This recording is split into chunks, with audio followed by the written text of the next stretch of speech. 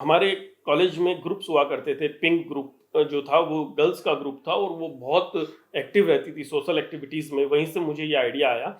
राष्ट्रपिता महात्मा गांधी ने कहा था कि असली भारत गांव में बसता है। अगर हमें देश को आगे बढ़ाना है तो हमें गांवों को आगे बढ़ाना होगा और गांवों को अगर आगे बढ़ाना है तो उसमें सबसे इम्पोर्टेंट रोल प्ले करना है ग्राम पंचायतों को, गांव के सरपंचों को। आज हम आपनो सीकर के माध्यम से आपनो सरपंच नाम से एक सीरीज शुरू करने जा रहे हैं, जहां पर हम आपकी मुलाकात उन सरपंचों से करवाएंगे जो अपने गांव में काफी अच्छा काम कर रहे हैं। आज पहले एपिसोड में हमारे साथ में धोद पंचायत समिति के सामिक ग्राम पंचायत के सरपंच सुरेंद्र सिंह शेखावत हमारे साथ में हैं। सर, आपका बहुत बहुत स्वागत। नमस्कार, बहुत-बहुत धन्यवाद आप यहाँ पधारे।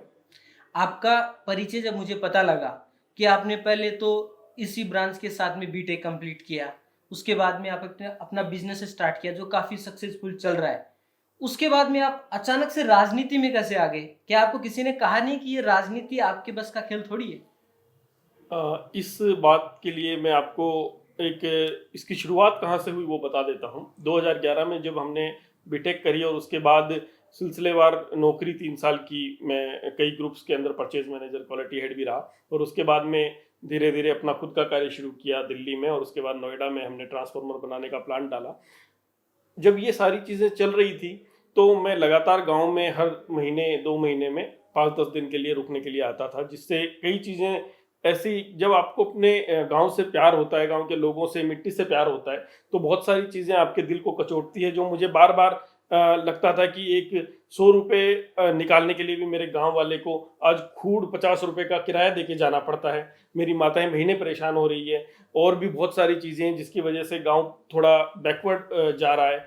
उन चीज़ों को आगे कैसे हम ठीक कर सकते हैं, उसके लिए मैंने अपने दिमाग में एक पूरी धारणा बनाई और जब गाँव वालों ने भी सबने मिलके कहा कि नहीं, हम एक युवा सरपंच चाहते हैं, तो सबने बैठ के एक रणनीति बनाई, तय किया कि हमें किस तरह से आगे चुनाव लड़ना है और ईश्वर की कृपा से हमें सफलता मिली। सफलता मिलने के बाद हमारे जो आगे का प्रोसेस है, वो हमने अब कार्य करने का शुरू किया है।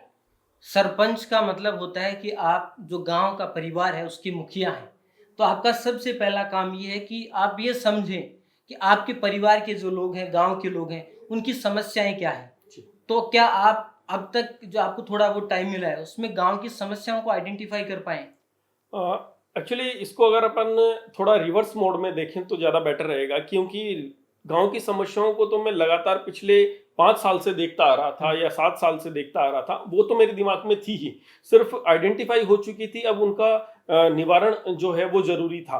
तो जब मैंने एक हमें टाइम भी काफ़ी अच्छा मिला, क्योंकि चुनाव आगे स्थगित हो गए थे 7 महीने के लिए, तो वो जो 7 महीने थे वो मैं, मेरे शायद गाँव की पंचायत का ऐसा कोई घर नहीं था, ऐसा कोई व्यक्ति नहीं था जिसके घर पे मैंने चाय नहीं पी हो या नाश्ता ना किया हो। और मैं हर एक के घर में जाके उनसे उनकी पर्सनल लाइफ के बारे में, उनके पर्सनल एक्सपीरियंस, बच्चों की पढ़ाई के बारे में सब जानता था। और वो एक डाटा कलेक्शन ने मेरी बहुत हेल्प करी। मैंने एक पर्टिकुलर डाटा बनाया पूरे गाँव का, किस व्यक्ति को किस चीज़ की कहाँ ज़रूरत है।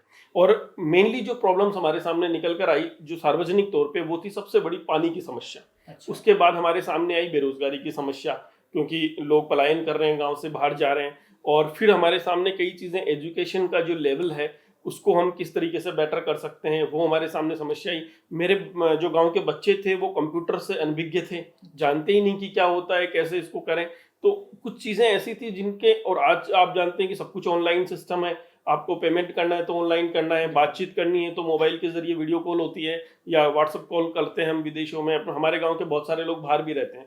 तो मैंने ये सारी चीज़ों का जब एक कलेक्ट करके एक तरीका बनाया कि हम one by one, step by step कैसे इन चीज़ों को ठीक कर सकते हैं। तो उसके बाद मैंने ये समस्याएँ जब आइडेंटिफ़ाई हो गई, 12-13 समस्याएँ, तो फिर हमने छोटे-छोटे प्रोजेक्ट्स बनाए और उन प्रोजेक्ट्स की फाइलिंग करी और अब वन बाय वन उनको ठीक करने की कोशिश कर रहे हैं। कैसे-कैसे वन बाय वन प्रोसीजर चल रहा है उनका, कि वो प्रॉब्लम्स खत्म हो जाएँ जल्दी से। बिल्कुल, आपने एक-एक करके उन समस्याओं को आइडेंटिफ़ाई कर लिया। तो हम एक-एक करके कुछ समस्याएँ जो अभी आपने बताई उनके ऊपर बात कर लेते हैं। सबसे पहले आपने बताया पानी की समस्या। तो पानी की समस्या यहाँ पर जो है, उसका निपटारा करने के लिए आपने क्या कोई प्लान बनाया या क्या कोई प्रोजेक्ट आपने पास करवाया है? मैं आपको बिल्कुल बताना चाहूँगा, ये बात है चुनाव से पहले की, जुलाई की। 26 जुलाई के आसपास, यानी 1 साल हो गया लगभग।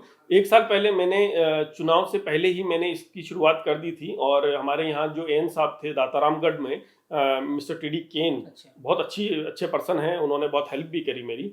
उनको यहाँ मैंने बुलाया, उन्होंने देखा और बताया कि आपके आसपास के जो ये सामी जो एक गाँव है, इसका 3 से 4 किलोमीटर के डाया के अंदर पानी जो है, भूमिगत जल बहुत नीचे चला गया है। अच्छा। और उसके वजह से हमें यहाँ पे सर्वे के बिना कुछ कर नहीं सकते। तो उन्होंने अपनी टीम को बुलाया, सीकर से लोग आए, जयपुर से आए, उन्होंने सर्वे किया। फिर उसके बाद एक रिपोर्ट तैयार करके हमने जयपुर भिजवाई। उसके आधार पे हमने गांव के अंदर एक पानी की बड़ी टंकी स्टोरेज के लिए, और उसके साथ में बूस्टर्स वगैरह और नया पाइपलाइंस वगैरह, उसके लिए एक पूरा तैयार करके प्रोजेक्ट हमने लगभग 1 करोड़ रुपए का गवर्नमेंट को आगे भेजा। ओके। तो उसमें हमें सफलता मिली।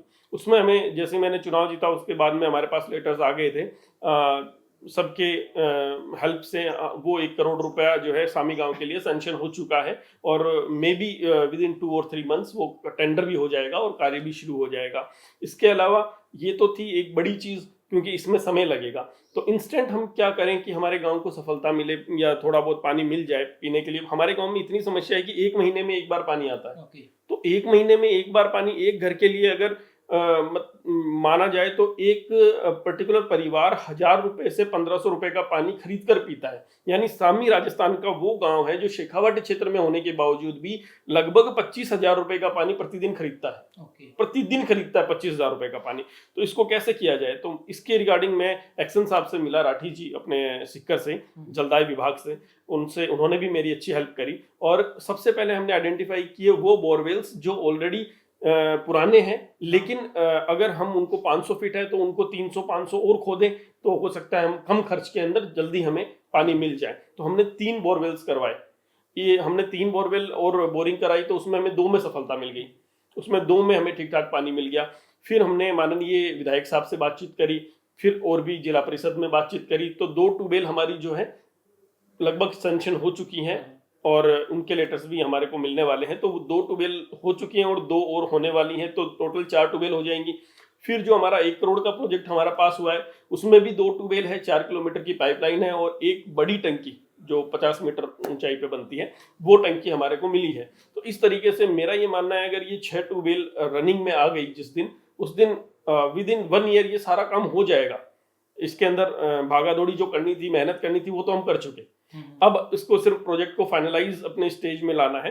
तो ये 1 साल के अंदर अंदर 6 ट्यूबवेल, मुझे पूरी उम्मीद है कि ये चालू हो जाएंगी और गांव वालों को बहुत जल्दी पानी की समस्या से निदान मिल जाएगा। बिल्कुल, बहुत अच्छी बात है। एक बड़ी समस्या है बेरोजगारी। आपने भी अभी जिक्र किया था कि आपने आइडेंटिफाई किया गांव में बेरोजगारी की समस्या है, ये पूरे देश में ही है। लेकिन क्या आप गांव के लिए कुछ स्पेसिफिक ऐसा करने वाले हैं कि कम से कम आपकी जो पंचायत है वहाँ कुछ रोजगार के नए अवसर पैदा हो सकें? जी बिल्कुल, मैं अपने युवा साथियों से मिलता रहता हूँ, उन्हें मोटिवेट भी बहुत करता हूँ, और उनको एक रास्ता दिखाने की कोशिश करता हूँ कि कैसे आप नौकरी पाने की अपेक्षा नौकरी देने वाले बनने की कोशिश करें। जिससे आप, चाहे आप एक दुकान लगाएं, चाहे आप एक मैकेनिक बन के अपना एक वर्कशॉप खोलें, किसी भी तरह की, और कोई भी आपको हेल्प चाहिए, उसमें लोन चाहिए, बैंक में जाना है, उसके लिए हम लोग तैयार हैं, के साथ हैं। तो इन चीज़ों को हमने एक आइडेंटिफाई करके सब साथ में बैठे, और हमने ये निर्णय लिया कि गांव के अंदर जो लोग ऑलरेडी बिजनेस कर रहे हैं, जैसे हमारे भाई साहब हैं सुरजीत सिंह जी, उनका एचपीसीएल और बीपीसीएल के पेट्रोल पंप्स हैं की मेंटेनेंस का काम है। तो उन्होंने अपने लेवल के ऊपर गांव के 15 से 20 लोगों को अपने साथ लगाया है। वो इसी तरीके से 2-4 और लोग हैं, उन्होंने अपने अपने साथ में गांव के 15-20 लड़कों को अपने साथ में लगाया है। तो उससे क्या हुआ कि एक अच्छे रेशियो के अंदर लोगों ने एक शुरुआत मिल गई जॉब्स की। अब हमारी कोशिश ये है कि नौकरी तो अपनी जगह है, कम से कम हम उनकी स्वेच्छा से, उनको जिस एरिया में जाना है, जिस फील्ड का वो काम जानते हैं, उसमें हम उनकी क्या मदद करके उनको एक मालिक बना सकते हैं। नौकर की बजाय उन्हें मालिक बनाने की कोशिश कर रहे हैं। तो उसके लिए, जैसे जो महिलाएं आगे बढ़ना चाहती है, उनके लिए हमने हमारे सहकारी समिति के जो हमारे व्यवस्थापक हैं इस समय, प्रकाश जी, उनसे मेरी बातचीत होती है। उनसे बातचीत करके हमने एक लोन का प्रावधान किया कि अगर जो महिलाएं महिला समूह बना के कोई दाल फैक्ट्री चालू करना चाहती है, कोई भाई हैं जो 5 भैंस से लेके 5 दोस्त है, पांचों ने एक एक भैंस ली, 5 भैंस के साथ एक छोटा डेयरी फार्म शुरू किया, उसके बाद वो अपना दूध सप्लाई करें।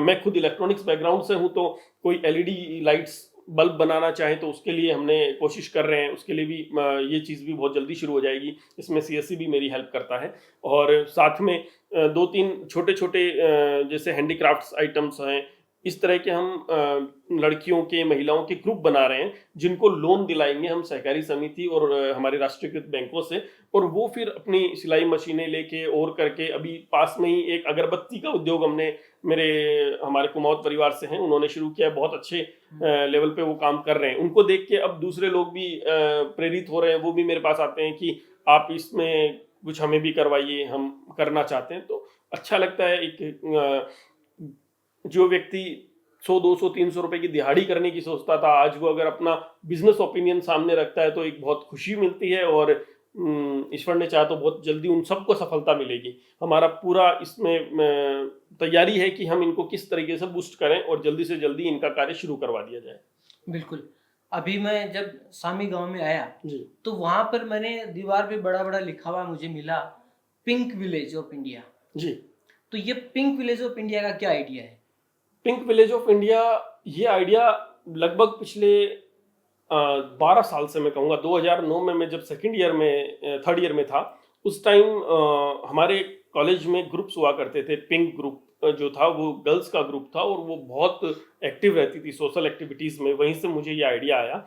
फिर मैंने ये देखा कि हमारे गांव की जो महिला शक्ति है उसे हम किस तरह से आगे लाएं। तो ये जो मैंने आपको प्रोजेक्ट्स बताए छोटे छोटे, चाहे उसमें दाल फैक्ट्री हो, चाहे उसके अंदर एलईडी बल्ब बनाने का कार्य हो, सैनिटरी नैपकिन्स बनाने का कार्य हो, या अगरबत्ती बनाने का कार्य हो, इससे हमारी महिलाएं सशक्त होगी।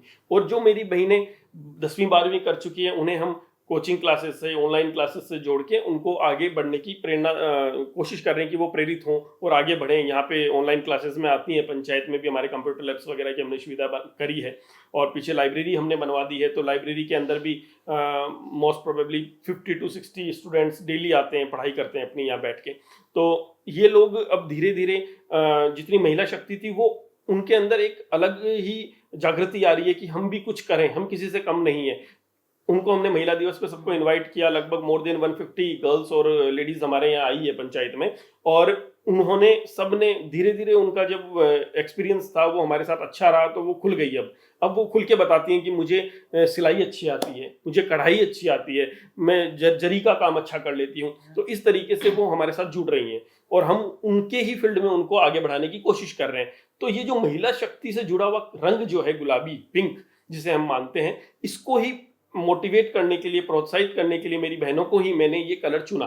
अब जब हमारे यहाँ एक युवाओं का संगठन हमने बना हुआ है, मदद के हाथ ग्रुप, हेल्पिंग हैंड्स, जो सबकी मदद करते हैं, हमने एक युवाओं ने मिलकर ग्रुप बनाया अपना, उसमें 100, 200, 500 सभी लोग अपना डोनेशन देते हैं और उस ग्रुप से हम लोग जो विधवा महिलाएं हैं या जो जिनको हमें सिलाई मशीन देके उनका कार्य शुरू करवा सकते हैं। हर चीज़ बैंक से नहीं हो सकती, हर चीज़ पंचायत भी नहीं कर सकती, तो एक एनजीओ टाइप में करके इस तरीके से इसको आगे बढ़ा रहे हैं। तो वो सभी युवा शक्ति भी मेरी हेल्प कर रही है। अब हमने ये नया एक लिया है कॉन्सेप्ट कि पूरे गाँव को गुलाबी रंग में रंगा जाए।